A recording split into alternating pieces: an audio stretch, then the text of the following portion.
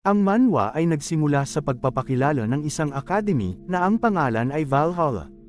Marami ang gustong makapasok sa akademya, pero kadalasan ang nakakapasok lang ay 1 sa 500, kaya kaunti lang ang nakakagraduate mula sa academy. Matindi ang kompetisyon sa pagitan ng mga estudyante, at dito ay pinapakita ang labanan na nagaganap sa loob ng kani-kanilang mga cube. Ang instructor na si Lee Sang-chul ang nagbabantay at nagbibigay ng puntos sa mga estudyante. Lumapit ang isang lalaki sa kanya at sabay sabi, na marami ang magagaling na estudyante sa taong ito. Ang pangalan ng lalaki ay Yu Minjun, ang susunod na mamumuno sa pamilyang Yushin. Tinanong ni Lee Sang-chul si Yumin kung nandito ba siya para panoorin ang laban ng kanyang pamangkin. Ang sabi ni Yumin na syempre andito siya para panoorin ang laban ni Soyeon. Malaki ang kumpiyansa nila sa kanya dahil isa siyang henyo, na galing sa pamilyang Yushin, na isa sa 5 tanyag na angkan. Malaki ang tiwala ng buong pamilya kay Soyeon dahil maliit pa lang ito ay nagtataglay na ito ng pambihirang kakayahan. Sa kanyang murang edad ay nakukuha nitong magamit ang kanyang mana sa mas mahusay na paraan, nagagawa niyang masalin ang kanyang mana sa kanyang hawak na espada. Sa edad na 16 ay sumali siya sa paligsahan laban sa mga miyembro ng pamilyang Yushin, at siya ang nagwagi. Natanong ni Sang-chul kung meron pa ba siyang dapat malaman tungkol kay Soyeon, at dito ay sinabi ni Yushin, na nagagawa ni Soyeon na makipag-usap sa Guardian Constellation ng kanilang pamilya. Hindi makapaniwala si Sang-chul sa narinig niya kay Yumin. Dito ay pinapakita na ang dahilan kung bakit mayroong 5 kilalang pamilya ang Korea, ay dahil sa Guardian Constellation na taglay ng bawat isa. Kadalasan ang isang hunter ay nakakatanggap ng blessing o di kaya'y bumubuo ng kontrata sa isang Guardian Constellation. Pero ang Guardian Constellation ng 5 kilalang pamilya, ay naiiba at mas malakas kaysa sa ibang mga constellation. Ang Sword God ng pamilyang Yushin, ang Spear Saint ng pamilyang Jangsan, ang Dao King ng pamilyang Choijin, ang Fist King ng pamilyang Oson, at ang Bow God ng pamilyang Dojun. Ang mga miyembro ng bawat pamilya ay nakakatanggap ng blessing mula sa kani-kanilang mga Guardian Constellation, at nagkakaroon ng mas maraming talento at abilidad, kumpara sa iba. Sa isip ni Sang-chul ay malaki ang pagkakaiba sa pagtanggap ng blessing at sa pagkakaroon ng kakayahan na makipag-usap sa Guardian Constellation, kung saan direktang makakabuo ng kontrata sa kanila. Kaya nasabi niya kay Yumin na talagang kahanga-hanga ang pinapamalas ni Soyeon.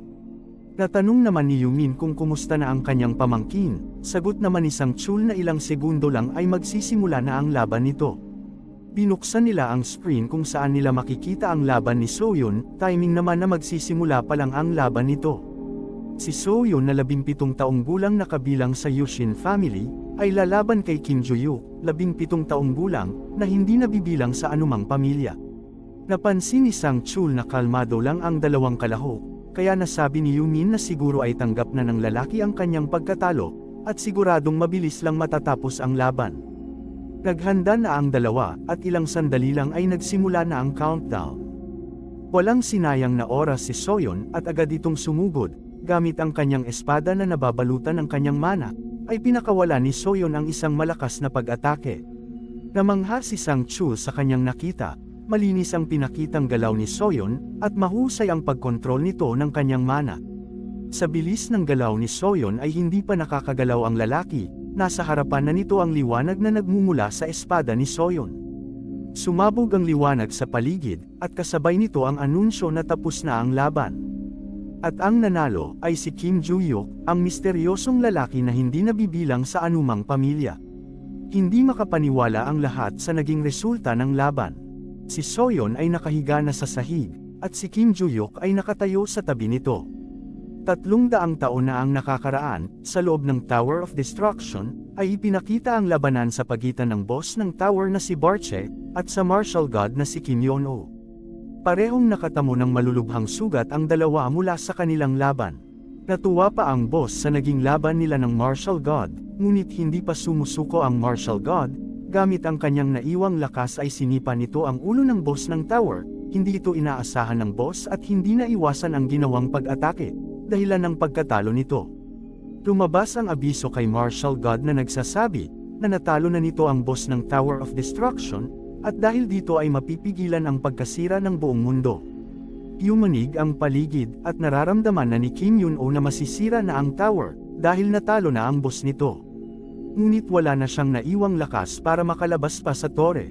Naisip niya na kung dinala naman niya ang kanyang mga alagad ay sigurado hindi sila makakasurvive dahil sobrang lakas ng boss ng tower. Kaya humiga na lang siya at tinanggap ang mapait na katotohanan na dito na magwawakas ang kanyang buhay. At tuluyan nang gumuho ang tore kasama ang martial god na si Kim Yun-oh. Ngunit hindi niya akalain na magigising siya sa isang 17 taong gulang na katawan. Ang martial god na si Kim Yun-oh ay na-reincarnate pagkaraan ng 300 taon matapos masira ang Tower of Destruction. Ngunit kahit ganun ay naging kontento siya dahil kahit humina at bumata ang kanyang katawan ay nanatili pa rin sa kanyang isipan ang mga karanasan niya nung siya ay isa pang martial god. Pakiramdam niya na kung makakapag-adjust siya sa katawan na ito ay sigurado magkakaroon siya ng maginhawang pamumuhay. Ngunit nawala ang lahat ng kanyang magagandang imahinasyon nang biglang lumabas ang abiso na nagsasabi na sa loob ng 5 taon ay muling lilitaw ang Tower of Destruction. Napakamot at napamura na lang siya dahil para bang kahit saan siya mapunta ay hindi niya matatakasan ang Tower of Destruction.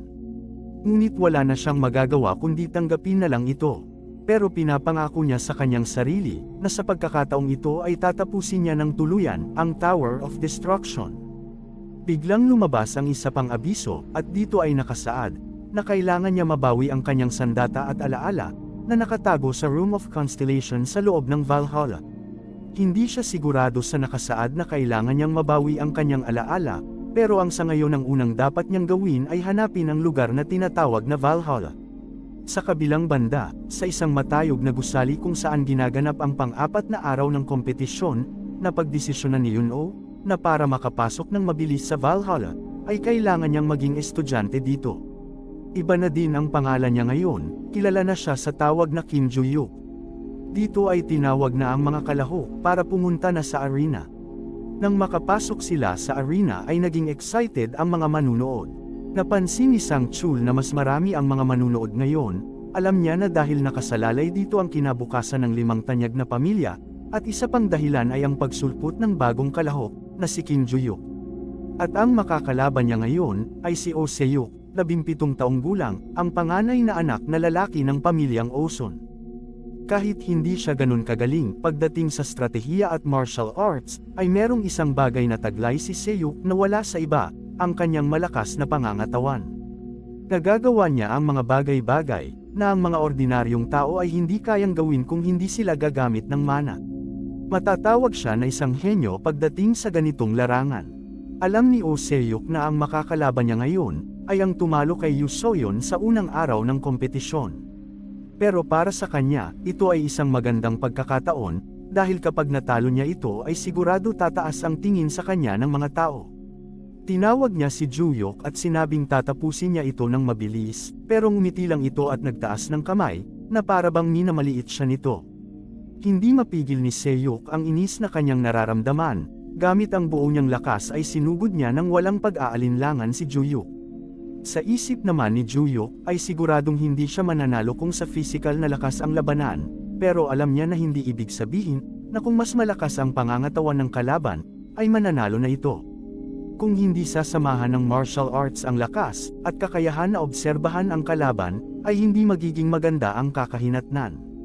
Ibinuhos ni Se-yuk ang kanyang lakas sa ginawang suntok, ngunit bago pa ito tumama, ay bahagyang iniwas ni Ju-yuk ang kanyang ulo, at gamit ang kanyang kaliwang paa, habang nakapikit, ay hinawi niya ang kaliwang paa ni Se-yuk, dahilan ng pagkawala nito sa balanse. At bago pa bumagsak si Se-yuk sa sahig, gamit ang kanyang kaliwang kamay, ay inatake niya ito pababa. Sa lakas ng pag-atake ay kaagad nawala ng malay si Se-yuk. Umalis na si Ju-yuk sa lugar at dito ay makikita na ang mga tao na nakapanood ng laban ay manghang-mangha sa pinakitang galaw ni Ju-yuk. Isa sa mga nakasaksi ng laban ay ang lalaking ito na nasa likuran. Siya ay si Oh Chul-sin, ang pinuno ng pamilyang Oson at ama ni Oh Se-yuk. Pinag-isipan mabuti ni Oh Chul-sin ang abilidad ni Ju-yuk. Hindi pangkaraniwan ang mga ipinamalas niyang bilis, tila parang nababasa niya ang mga galaw ng kalaban, at yun mismo ay isa ng halimaw na talento. Ngunit alam ni Oh Chul-sin na hindi lang naman siya ang nakapansin nito, siguradong marami ang magkakainteres sa baguhan na ito. Nagpasya si Oh Choo-sin na kailangan mapasali niya sa kanilang pamilya si Joo-yuk. Pagdating ng pinakahuling laban, hindi napigilan ng mga manunood na mapahiyaw, nang makita nila ang susunod na magiging kalaban ni Joo-yuk. Ito naman ay kinainisan ni Joo-yuk dahil sa ingay nila, at sa pagtawag nila sa babaeng kaharap niya na ate, kahit halata naman na mas matanda sila dito. Ang kanyang katunggali ay si Choi Aren, ang pangalawang anak na babae ng pamilyang Choi Jin, sa edad na 17, ay magaling at bihasa na siya sa paghawak ng espada. Napansin ni Joo-yuk na si Aren ay tahimik lang na nagmamasid, at nag-aantay na umatake ang kalaban, kaya siya ang nagpasyang lumapit dito. Habang papalapit si Joo-yuk, ay biglang may kidlat na lumabas sa espada ni Aren. Nagulat ang mga manunood at di nila inaasahan, na sa murang edad ay dalubhasa na rin si Aren sa paggamit ng kidlat. Pero hindi natinag si Joo-yuk at patuloy pa rin ito sa paglapit kay Aren. Nang makita ni Aren na nasa tamang distansya na si Joo-yuk, ay mabilis niyang pinakawalan ang isang malakas na pag-atake. Ngunit biglang nawala si Joo-yuk sa kanyang harapan, nakarinig na lang siya ng boses na nagsasabi, na kung titingnan niya ang lugar kung saan siya aatake, ay mas madali itong mababasa at maiiwasan. Nabigla at hindi makagalaw si Aren, hindi niya maintindihan kung papaanong nagawa ni Joo-yuk na makaiwas at mapunta sa kanyang tagiliran. Biglang nagpakawala si Joo-yuk ng isang malakas na suntok sa sikmura ni Aren, sa lakas nito ay nakaladkad si Aren ng ilang metro palayo, pero hindi inaasahan ni Joo-yuk na masasangga nito ang ginawa niyang pag-atake gamit ang hawak nito na espada. Biglang lumapit si Joo-yuk at nilapat ang kanyang kamao sa espada at sabay sabi, nasubukan din itong sanggain ang susunod niya na pag-atake. Dito ay biglang may lumabas na isang malakas na puwersa sa kamao ni Joo-yuk. Sa lakas ay hindi ito nakayang pigilan ni Aren, sanhi ng pagbagsak nito at pagkawala ng malay. Dito ay lumabas ang anunsyo na ang nanalo ay si Kim Joo-yuk, at dito ay inilabas din ang ranking, at si Kim Joo-yuk ang nangunguna sa listahan. Lumabas na si Joo-yuk pagkatapos ng laban, ngunit habang naglalakad ay hindi niya inaasahan, na bigla magsisidagsaan ang mga reporter at recruiter. Ngunit walang plano si Joo-yuk na sagutin ang kanilang mga katanungan, at sumali sa kanilang guild, kaya ginawa niya ang hindi inaasahan, itinaboy niya silang lahat. Kinabukasan, kalmadong nakatayo si Joo-yuk kasama ang ibang estudyante para sa opening ceremony ng Valhalla. Habang nakikinig sa seremonya ay hindi mapigilan ni Joo-yuk ang kanyang antok, napansin niya, na may mga tao sa paligid na nakatingin sa kanya. Ang di niya alam, ay usap-usapan na pala siya sa social media dahil sa ginawa niyang eksena kahapon pagkatapos ng laban. Naalala ni Joo-yuk na dito niya makikita ang sandata, na nasa ika-5 kwarto sa kanan sa ika-3 palapag, na pag-isip-isip niya, na ang kailangan niya lang gawin ay ang makapasok at makalabas ng walang problema. Sa kabilang banda, isang guro ang namumroblema sa hanay ng mga estudyante na kabilang sa kanyang klase. Hindi niya akalain na 3 sa 5 tanyag na pamilya ay nasa loob ng kanyang klase. Ang guro na ito ay si Kim Lee-gun, 24 na taong gulang, na dating pinuno ng Choi Jin Guild, at ngayon isang tagapagturo sa Valhalla Academy. Tiningnan niya ang mga henyong nasa harap niya, si Suyu ng pamilyang Yushin, at sa tabi nito ay si Aren ng pamilyang Choi Jin, ang nasa gitna ay ang matangkad na lalaki na si Oh Se-hyuk ng pamilyang Osen. Napahawak si Teacher Kim sa kanyang ulo, sa isip niya ay dapat random ang pagtalaga ng mga estudyante. Ngunit lalo niyang hindi inaasahan, na makikita din niya si Kim Joo-yuk sa dulo. Nagtaka si Joo-yuk kung bakit nakatitig ang instructor sa kanya. Bigla siyang nangatog dahil sa tensyon dala ng mga importanteng tao sa klase niya. Pinakalma niya ang kanyang sarili, at kinamusta ang mga estudyante at nagpakilala. Pagkatapos nito ay may pinindot si Instructor Kim sa podium. Biglang gumalaw at nagbago ang kwarto at ikinagulat ng mga estudyante. Dito ay biglang nagkaroon ng maraming halimaw na nakapaligid sa mga estudyante. Sari-sari mga ungol at hagulgol ang maririnig sa paligid. Nabahala ang mga estudyante sa dami ng halimaw na lumalapit sa kanila. May isang halimaw na tumalon papunta kay Se-hyuk, ngunit nung makalapit na ito ay may pananggalang na biglang lumabas at napigilan ang pag-atake nito. Natuwa si Instructor Kim na gumagana ng maayos ang pananggalang, at ligtas ang mga estudyante sa loob. Tinawag ni Instructor Kim si Joo-yuk at lumapit ito sa podium. Tinanong niya si Joo-yuk kung kaya niyang ubusin ang mga halimaw. Tinanong siya ni Joo-yuk na kung yun mga halimaw sa labas ba ang tinutukoy niya. Nakangiting sumang-ayon si Instructor Kim, habang nag-iisip na ito ay magsisilbing leksyon kay Juyuk, dahil hindi pa nakakakita ang mga estudyante ng totoong halimaw. Nanahimik si Juyuk at nag-isip ng malalim. Sa isip ni Instructor Kim, ay sisimulan kaagad niya ang klase pag inamin na ni Juyuk na hindi niya kaya ang ganun kadaming halimaw. Ngunit bigla na lang ngumiti si Juyuk, tinanong siya ni Instructor Kim na kung kaya niya ba ang mga halimaw mag-isa kaya siya natatawa. Sinagot siya ni Juyuk na oo kaya niya. Pinahintulutan siya ni Instructor Kim na patayin lahat ng halimaw. Ngunit hindi kaagad sumunod si Juyuk, sinigurado niya na ito ay isang pagsusulit dahil unang araw ng klase, at dapat ito ay may premyo pag natapos niya. Pumayag si Instructor Kim at sinabi niya, na pag naubos ni Juyuk lahat ng halimaw, ay ibibigay niya kay Juyuk ang isang kahilingan. Sumang-ayon si Juyuk, at pagkatapos ay hiningi ang espada na nasa likod ni Instructor Kim para makapagsimula na siya, habang ito naman ay inaabisuhan siya na ang mga halimaw ay kasing lakas ng mga halimaw sa totoong buhay. Nag-isip si Instructor Kim at ibinigay sa kanya ang espada. Lumabas si Juyuk sa pananggalang at hinarap ang mga halimaw mag-isa. Bakas ang alala sa instructor at mga kaklase niya habang siya ay lumabas. Nung nagsara ang pananggalang ay hinawakan ni Juyuk ang espada at nagsimula sa kanyang pag-atake.